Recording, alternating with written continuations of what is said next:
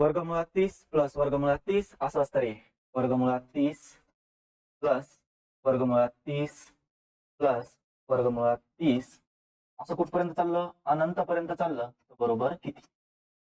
प्रश्नामध्ये इथं काय प्लस, इथं काय प्लस, असं कुठपर्यंत चाललं? अनंतपर्यंत. असं कुठपर्यंत चाललं? अनंतपर्यंत.